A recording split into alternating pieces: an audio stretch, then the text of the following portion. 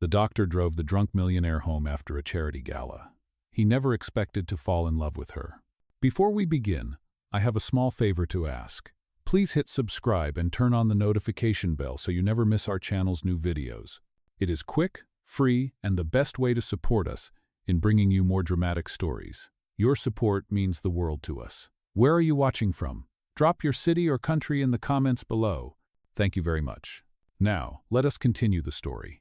The ballroom shimmered with golden chandeliers and soft jazz as the final hours of the charity gala faded into a blur of laughter and champagne. It was 1978, and New York's elite floated beneath the light like moths circling power. Among them stood Percival Kavanaugh, tall, broad-shouldered, and drunk enough to forget the reason he had come. His speech had been slurred, his tie undone, his once perfect composure slipping through the cracks like spilled whiskey. The crowd had gone silent when his glass shattered on the marble floor. A woman in pearls whispered, "How tragic, the great Kavanaugh." The orchestra hesitated before resuming, softer, as if afraid of his shame. Outside the ballroom, under a corridor of red velvet curtains, a woman in a white coat leaned against a marble pillar, watching quietly. Dr. Nayeli Rosales, volunteer physician for the evening, had been assigned to handle any fainting donors, not drunken millionaires. But when Percival staggered past the column, nearly colliding with a waiter, instinct overrode judgment. She caught his arm before he fell. His eyes, clouded but strikingly blue, lifted to hers. "You look like an angel, doctor," he murmured. She steadied him, replying softly, "And you look like you need water." He laughed weakly, the sound bitter, like a man trying to drown regret in humor. "Water will not fix what is broken." "No," she said, guiding him toward the exit. "But it is a start." Outside, rain slicked the cobblestones of Park Avenue. Valets hurried with umbrellas as she helped him into the passenger seat of her old Cadillac DeVille, the car's chrome glinting under the streetlights. The night smelled of wet asphalt and gin. As she drove through the quiet city, the windshield wipers kept time with the soft hum of the radio Miles Davis playing Blue and Green. Percival leaned his head against the window, eyes half closed. "You should have left me there," he muttered. Nayeli kept her gaze on the road. "And let you choke on your pride. Not tonight." For a moment, silence filled the car, thick and tender. He turned slightly, watching her profile in the dim dashboard glow. "You do not even know who I am." "I do not need to," she answered. "To know you needed someone." When they reached the Kavanaugh estate, the wrought iron gates creaked open like the doors of a cathedral. The mansion stood grand and lonely beneath the storm, windows dark, ivy crawling up the stone walls. Nayeli helped him inside, past a sweeping staircase and into the drawing room. The fire had burned out, only cold ash remained. She draped a blanket over his shoulders, then poured a glass of water from the bar. "Try to drink this," she said. He looked up at her, his suit rumpled, his gaze suddenly sober. "Why are you being kind to me?" She smiled faintly. "Because someone has to be." "Kunai." She wrote her number on the back of a cocktail napkin and set it beside his watch on the piano. "Call me if you feel unwell," she said, her voice low, careful. Then she left, her footsteps echoing through the hollow corridor. Percival sat alone, the napkin trembling between his fingers, the faint scent of her perfume lingering like a promise in the air. For the first time in years, he felt something other than emptiness. And as the rain drummed harder against the windows, the once untouchable millionaire whispered to no one, "Who are you, Dr. Rosales? Stay with us, because this night was only the beginning. Now, let us return to our main characters." The next morning, the gray light of dawn crept through the tall windows of Kavanaugh Manor. The rain had stopped, leaving the garden soaked and glittering like glass. Inside, the smell of old wood and whiskey still lingered in the air. Percival Kavanaugh woke with a dull ache behind his eyes, the taste of regret heavy on his tongue. His black suit jacket lay crumpled across the armchair, and beside the piano, a single cocktail napkin rested under the edge of his watch. On it, in neat handwriting, was a name and a number: Dr. Nayeli Rosales. He stared at the small piece of paper for a long moment, unsure if it was real or a ghost from the night before. Then the doorbell rang, sharp and insistent. His butler, Henry, entered the room, clearing his throat. "Sir, the board meeting is in an hour, and the press wants a statement about last night." Percival rubbed his face and muttered, "Tell them I have nothing to say." He looked at the napkin again, then folded it and placed it inside his vest pocket. Across town, the morning sun spilled through the high windows of Street Helena Hospital. The corridors smelled faintly of coffee and antiseptic. Dr. Nayeli Rosales moved briskly between rooms, her stethoscope swinging gently with each step. Her colleagues were already whispering about the gala. "So, you really drove that drunk millionaire home?" one nurse teased. Nayeli smiled politely, checking her patient's chart. "He was unsteady. I did what any doctor would do." Another nurse laughed. "Most doctors would have called security." Nayeli looked up, calm but firm. Most doctors forgot why they became doctors. She moved on before they could answer. Beneath her calm expression, though, something unsettled stirred a memory of his tired eyes in the rain, and that strange pull she could not name. By noon, Percival sat in his office overlooking the East River, the city humming beyond the tall windows. Papers were stacked neatly on his desk, but he did not touch them. Instead, he stared at his reflection in the glass. A man in a tailored suit, immaculate, yet hollow. The phone on his desk rang once, twice, then fell silent. He pulled the napkin from his pocket and turned it over between his fingers. Finally, he picked up the receiver and dialed. The line rang. One ring, then two. On the third, her voice came through steady, clear. Dr. Rosales speaking. For a moment he did not answer.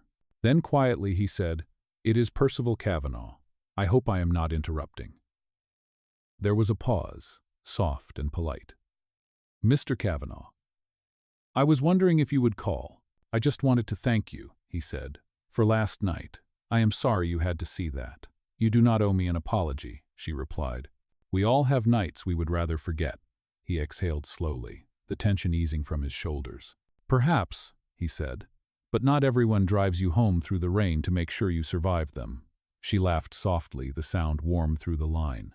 "Just doing my job." "Oh?" Later that evening, Nayeli stayed late at the hospital, reviewing charts in the quiet of her small office.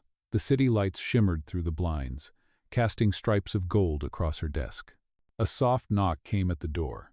She looked up to see Percival standing there, holding a small bouquet of white tulips, his posture uncertain, almost shy. "You should not be here," she said, surprised. "Hospitals are not kind to visitors." He smiled faintly. "Then I will not stay long. I just wanted to return something." From his coat pocket, he pulled out her hospital badge, the one she must have dropped in his car. "I thought you might need this." Their fingers brushed as she took it, and the air between them shifted. "Thank you," she said quietly. He nodded once, his gaze steady. "Thank you for not treating me like everyone else." As he turned to leave, she called after him. "Mr. Kavanaugh," she said, her voice softer than before. "You do not have to face the world alone, you know." He paused in the doorway, the rain beginning to fall again outside. "Maybe not," he said, "but it is hard to remember that when the world only sees your fortune." Their eyes met for a heartbeat before he stepped away. When the door closed behind him, Nayeli sat back in her chair, her pulse unsteady. Somewhere deep inside, she already knew that night at the gala had started something neither of them could walk away from. The following week moved like a quiet storm through both their lives.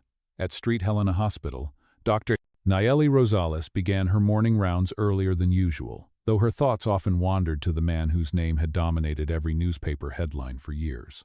In person, he had not been what she expected. He was not cruel or arrogant, only haunted.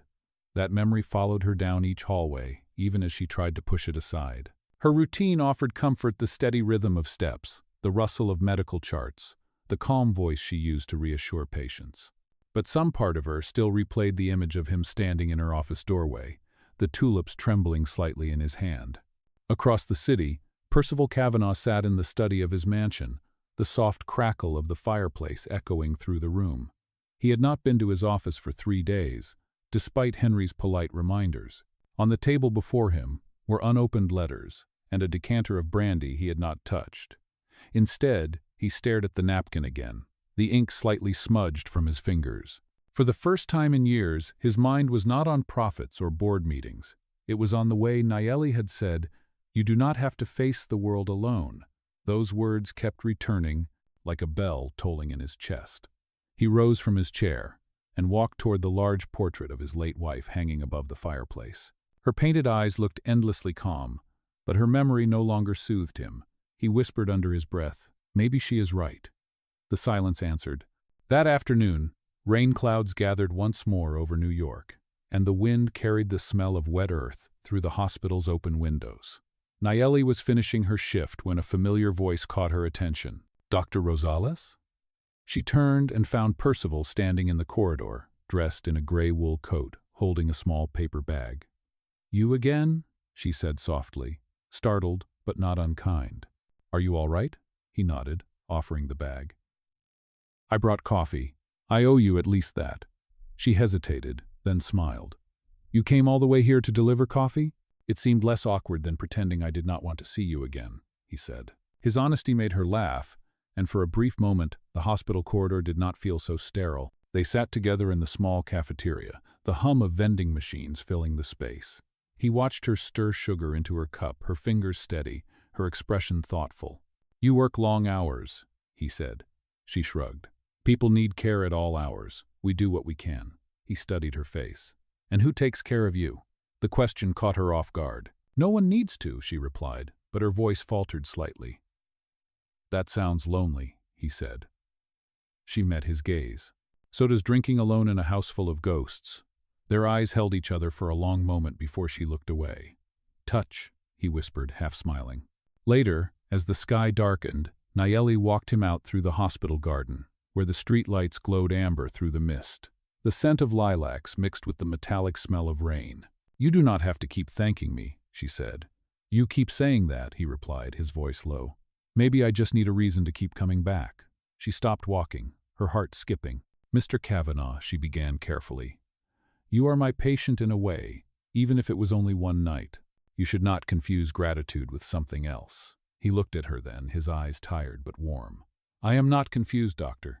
For the first time in a long time, I am sober." Lol. When she turned to leave, he added quietly, "I will be at the Gala Foundation office next week. We could use someone like you for our new medical outreach program. Consider it an invitation, not a favor."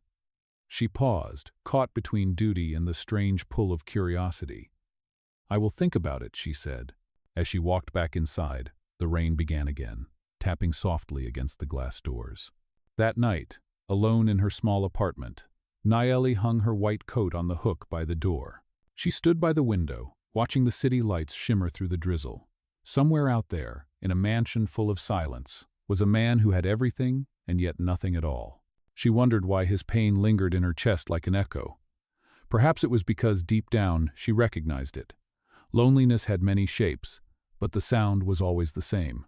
The following Monday arrived with a sharp chill in the air, the kind that made even the city seem to move slower. Dr. Nayeli Rosales stood at the steps of the Kavanaugh Foundation, clutching a manila folder and wondering what exactly she was doing there. She had reread the letter twice that morning, an official invitation from Percival himself, asking her to join the Foundation's new medical outreach program as a consultant. She had told herself she would decline politely, thank him for his kindness, and leave. Yet as she stood before the stone building, with its grand doors and brass handles that gleamed like old money, her resolve wavered. Inside, a receptionist led her down a hallway lined with portraits of benefactors, all men in dark suits and silver frames. The air smelled faintly of leather and aged paper. When the receptionist opened the last door on the right, Percival was already waiting. He stood by the window, dressed in a tailored gray suit, his posture composed but his eyes softening when he saw her.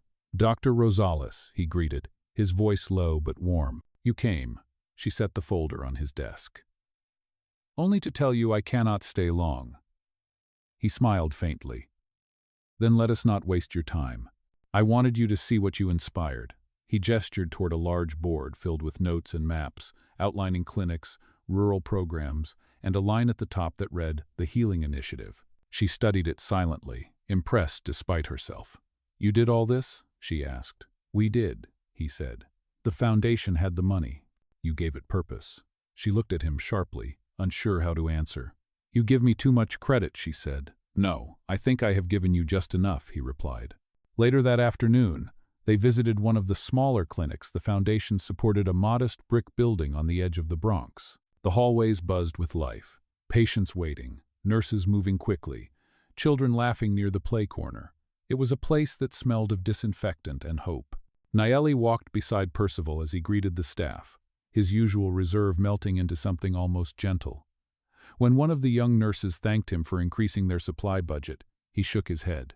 "Thank her," he said, pointing to Nayeli. The idea was hers. She shot him a quick look of surprise, but he only smiled. As they left the clinic, the sky had turned a pale gold. For the first time, Nayeli saw him not as the man from the headlines, but as a man trying to make amends for something unseen. That evening, he offered to drive her home. The city glowed outside the car windows, streetlights flickering like tiny fires. "You are quieter than usual," he said after a while. "I am thinking," she replied. "About what?" "About how rare it is for people with power to use it for something good." He glanced at her, his voice soft. "Perhaps I am just trying to balance the scales." She looked at him, sensing the weight behind his words. "You cannot undo the past by writing checks," she said gently. "No," he admitted, "but I can try to build something worthy of forgiveness." When they reached her apartment, he walked her to the door. The air was cold enough to see their breath. "Thank you for today," he said. "You reminded me what real work feels like." She smiled faintly. "And you reminded me that not every millionaire is hopeless." He laughed under his breath. "Coming from you, that is almost a compliment." As she unlocked the door, he hesitated. "Doctor," he said, "I will be hosting a dinner at my estate this weekend for the program's donors. It would mean a great deal if you attended." She hesitated, sensing something unspoken behind his invitation. "All right," she said finally, "but only for the cause." "Mamina." After he left, she stood in the quiet hallway of her building, her heartbeat still unsteady. She told herself it was admiration, nothing more. But when she touched her coat pocket and found one of the white tulips he had given her, pressed perfectly between the pages of her folder, she felt warmth spread through her chest despite the winter air. Somewhere deep down, she knew that whatever had started as gratitude was quietly turning into something else, something that scared her more than she wanted to admit. Saturday evening arrived with a restless wind that swept through the Hudson Valley. The Kavanaugh estate glowed like a cathedral against the winter dark, its tall windows flickering with candlelight, the sound of strings drifting faintly from the ballroom. Dr. Nayeli Rosales hesitated at the base of the grand staircase, smoothing the sleeve of her simple navy dress. She had promised herself she would come only for the cause, but the moment she stepped inside, she knew that promise would not hold. The scent of cedar and old wine filled the air. Laughter echoed from every corner.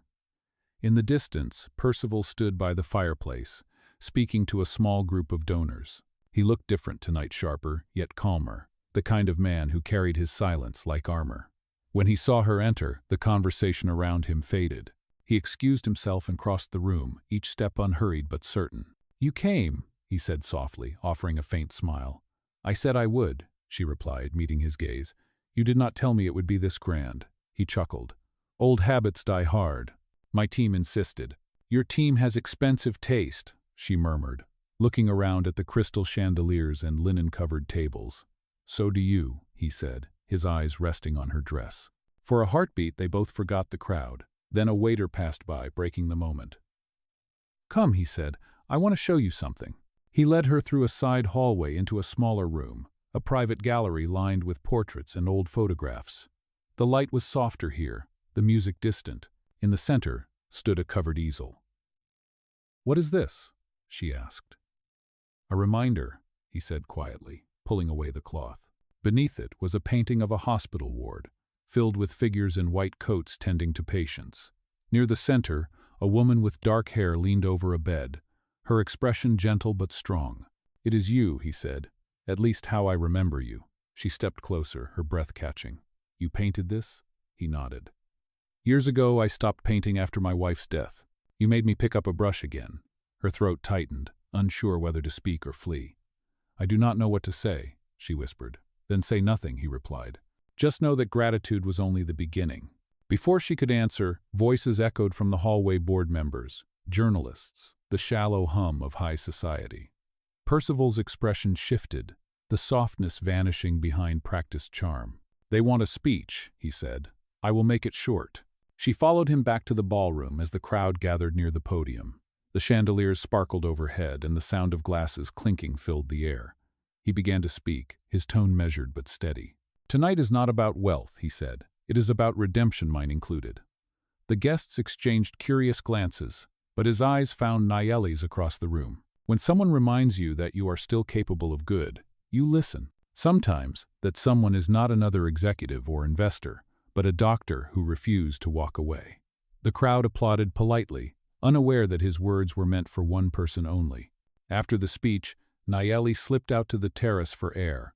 Snow had begun to fall, the flakes catching in her hair.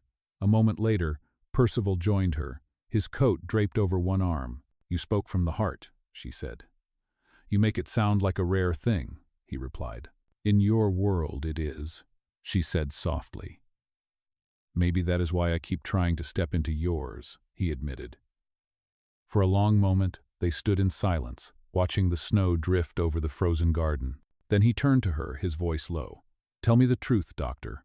If I were not a Kavanaugh, if I were just a man who met you by chance, would you have stayed that night?" She hesitated, her breath fogging in the cold air. "Yes," she said finally, "because I saw a man who needed saving, not a name. Loco." He smiled, but it was the kind of smile that carried pain. "You may be the first person to ever see me that way. Then do not waste it," she said. "Prove to yourself that you are more than what the world says you are." He nodded slowly, his eyes glistening in the snowlight. "Perhaps with you, I already have." She looked away, knowing that something fragile and dangerous had just taken root between them, something neither of them could name, but both could feel growing stronger with every breath. The snow kept falling long after the last guests had gone. Inside the Kavanaugh estate, the fire burned low, painting the walls in shades of amber and shadow. Dr. Nayeli Rosales stood by the doorway, ready to leave, but Percival stopped her. His tie hung loose, his voice quiet. "Stay a moment," he said, "just until the snow slows." She hesitated, but the sincerity in his eyes left no room for refusal. He poured 2 cups of tea instead of wine, handing her one with a faint, nervous smile. "I am trying to drink less," he said.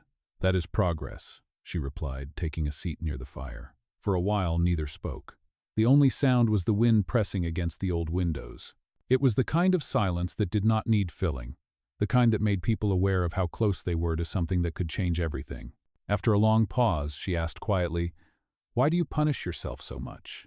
He looked into the fire, his expression distant. "Because I deserve to," he said. "My wife died because I was too proud to listen. We fought that night. She wanted to leave the party early, and I refused. I told her to take the car alone." His voice broke, low and trembling. "They said it was an accident, but I know the truth. I chose my pride over her safety." The confession hung between them, heavy as the smoke curling above the fire. Nayeli set her cup down and leaned forward. "Percival," she said softly, "you cannot live the rest of your life inside that moment. Guilt is not justice. It is a prison." He looked up, meeting her eyes. "Then why does it feel like the only thing that keeps me human?" "Because pain is familiar," she said. "But familiarity is not healing." He turned away, struggling for composure. "You talk like someone who has never made a mistake." "I make them every day," she replied. "The difference is, I do not let them define me." Her voice was calm, but there was something in it that shook him more than his own confession. She stood, wrapping her coat around her shoulders.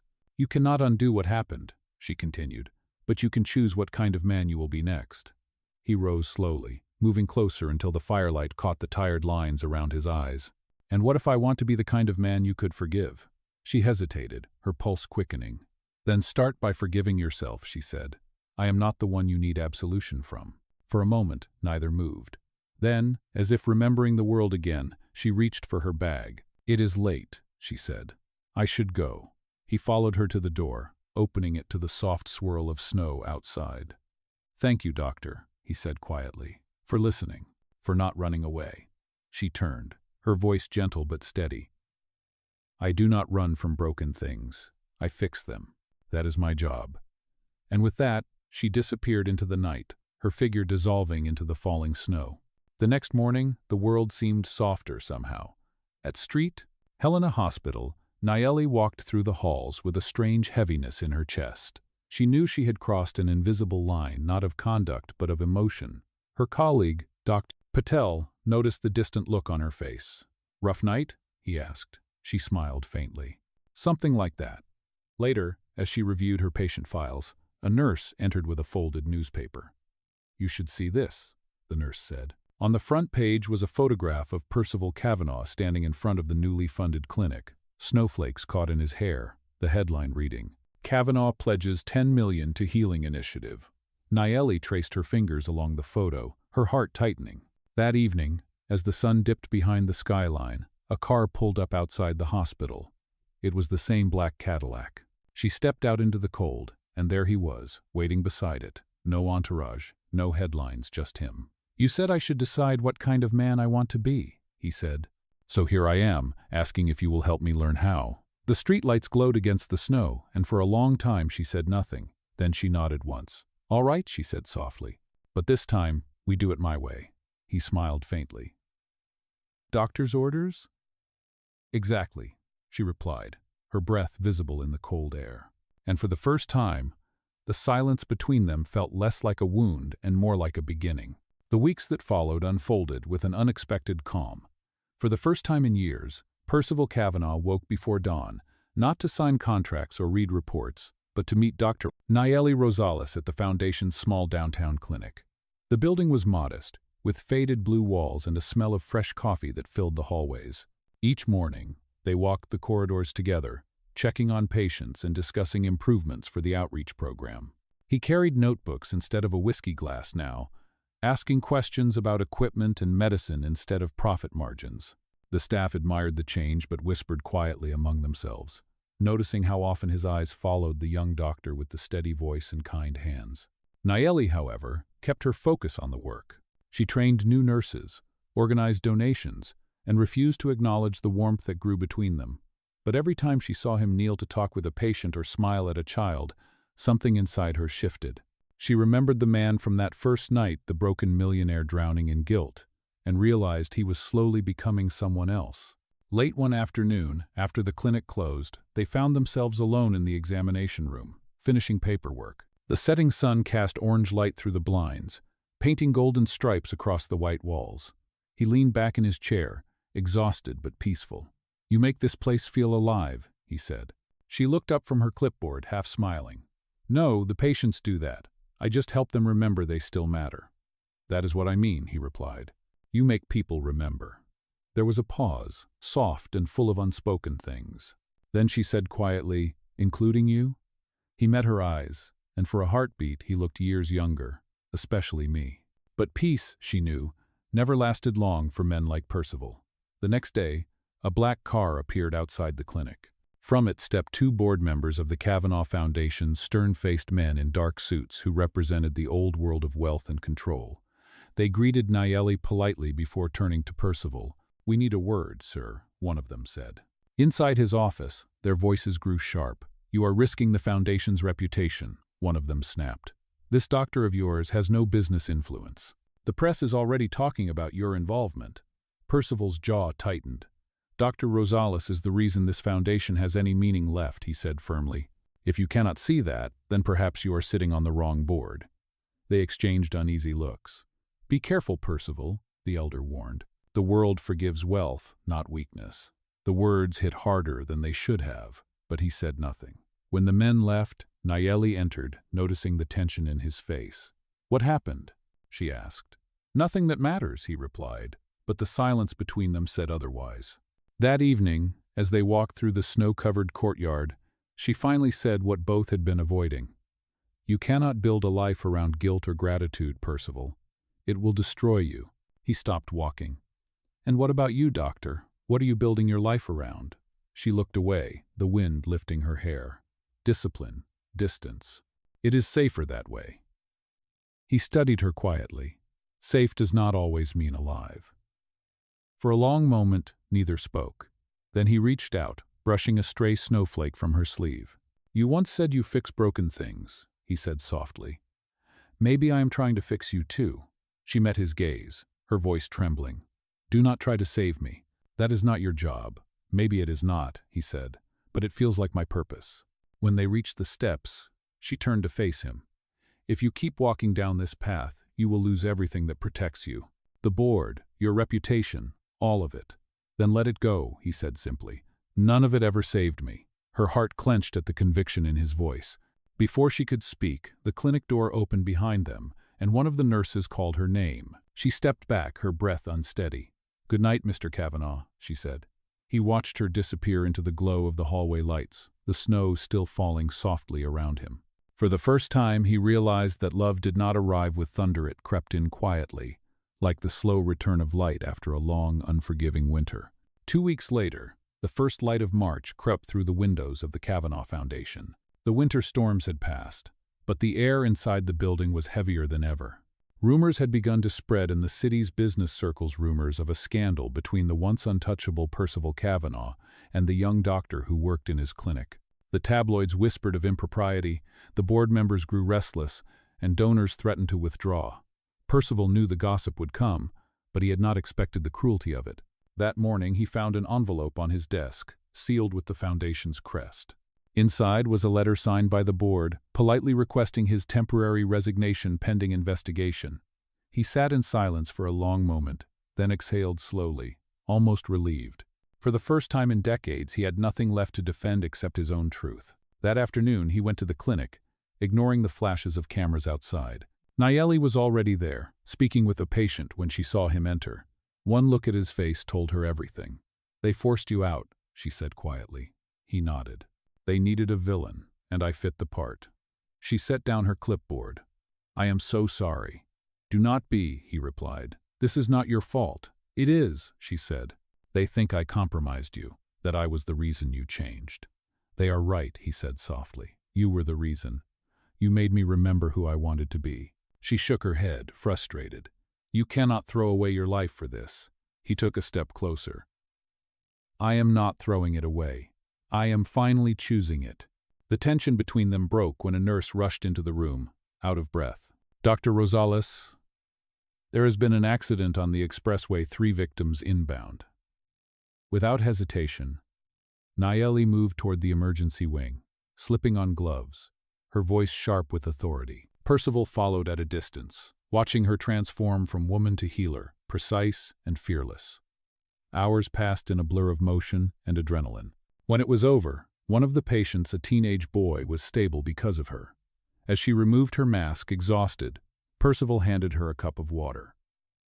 "You saved him," he said. "You were there," she replied. "You saw what saving really looks like." He nodded slowly. "It looks like you." Jalmar. That night, after the chaos subsided, he asked her to step outside with him. They stood under the awning, the rain beginning again, light and steady.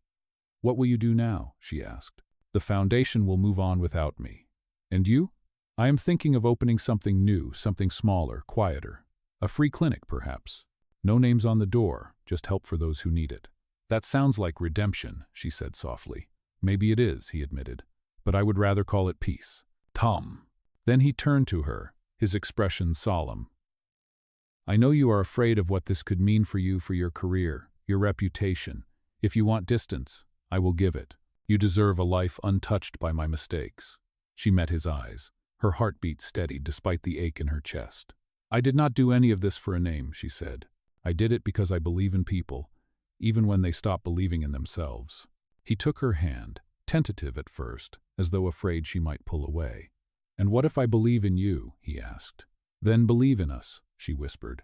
A streak of lightning flashed across the sky, followed by the deep roll of thunder. He smiled faintly. "You know, every storm I have ever stood through felt endless. Until now." She squeezed his hand gently. "Because you are finally not standing alone." Numero. The next morning, the newspapers ran a headline. "Kavanaugh resigns, pledges private funds for community clinics." For once, he did not care about the noise. The city could say what it wished. In a world that judged worth by wealth, he had found something purer. And when Nayeli arrived at the mansion that evening with medical files and a half-smile, he realized that what they had built through pain, through sacrifice, was more than a story of scandal. It was a story of healing, the kind that does not make front-page news, but changes a life all the same. Spring arrived quietly in New York, bringing with it the scent of wet soil and lilacs blooming in the parks. The scandal had faded, replaced by newer headlines and fresher gossip, but neither Percival Kavanaugh nor Dr. Nayeli Rosales paid it any mind. They were too busy turning the old Kavanaugh estate into something new, a community medical center that opened its doors every morning to those who had nowhere else to go. The grand ballroom, once a monument to wealth and pride, now held rows of folding beds, a small pharmacy, and shelves of donated supplies. The chandeliers still hung above, but they no longer gleamed with vanity. Instead, their light touched the faces of patients who came seeking warmth, safety, and a chance to heal. Percival worked beside Nayeli each day, wearing rolled-up sleeves and a stethoscope he barely knew how to use. The staff teased him kindly, calling him Mr. Assistant, and he accepted it with laughter. There were no photographers now, no boardrooms, no polished speeches, only the quiet rhythm of care, the pulse of something real. One evening, after the last patient had left, Nayeli found him sitting by the old fireplace in the converted reading room. The flames danced gently, reflecting in his eyes. "You are still here," she said, setting down her clipboard. "You sound surprised," he replied, smiling faintly. "A year ago, you would have been halfway across the world by now, chasing another business deal," she reminded him. He nodded, staring into the fire. "A year ago, I thought success was measured by the size of a room like this," he said. "Now I think it is measured by how many people it can hold when it is filled with hope." She sat beside him, the soft crackle of the wood filling the silence. "You did more than rebuild this house, Percival," she said. "You rebuilt yourself." He turned to her, his expression gentle. "I had help," he said, "from a doctor who refused to give up on broken things." She smiled, her eyes glistening in the warm light. "I fix people," she whispered. "I never said anything about falling in love with them." He chuckled softly. "Then perhaps I am the exception that proves the rule." Outside, the rain began to fall again, tapping softly against the tall windows. It was the same sound that had followed them from the night they met, the same rhythm that had once symbolized loneliness, but now felt like home. He reached into his pocket and pulled out a small velvet box, worn at the edges. "I was going to wait until the clinic's grand opening next month," he said, "but waiting has never been my strength." Her breath caught as he opened it to reveal a ring not large but simple, with a single pearl surrounded by gold. "You once told me forgiveness is not something you earn, it is something you choose," he said. "So tonight, I am choosing. I am choosing to forgive myself, and to ask if you might choose me too." Nayeli stared at the ring, her heart trembling in her chest. For a moment she said nothing, the weight of everything they had endured pressing between them. Then she took his hand, her voice steady. "I already did," she said, "the day you stopped hiding behind guilt and started living again." He slid the ring onto her finger, his hands shaking slightly. "You are certain?" he asked, almost whispering. "Completely," she replied. "Because love is not about rescuing someone. It is about standing beside them when the storm finally ends." The fire crackled, casting soft shadows across the room. Outside, the garden swayed in the wind, and the faint laughter of children echoed from the far wing of the house, where volunteers cleaned up after the day's work. For the first time in years, the Kavanaugh estate was filled not with silence, but with life. Percival looked around, then back at her, a quiet peace settling over his face. "You drove me home once," he said, "and somehow you never stopped." She leaned against him, her head resting on his shoulder. "That is because home was never the mansion," she said softly. "It was always the person waiting by the fire." And as the night folded around them, the storm outside faded into calm, and two souls who had once been strangers sat together in the glow of a second chance, proof that even the most broken hearts can learn to heal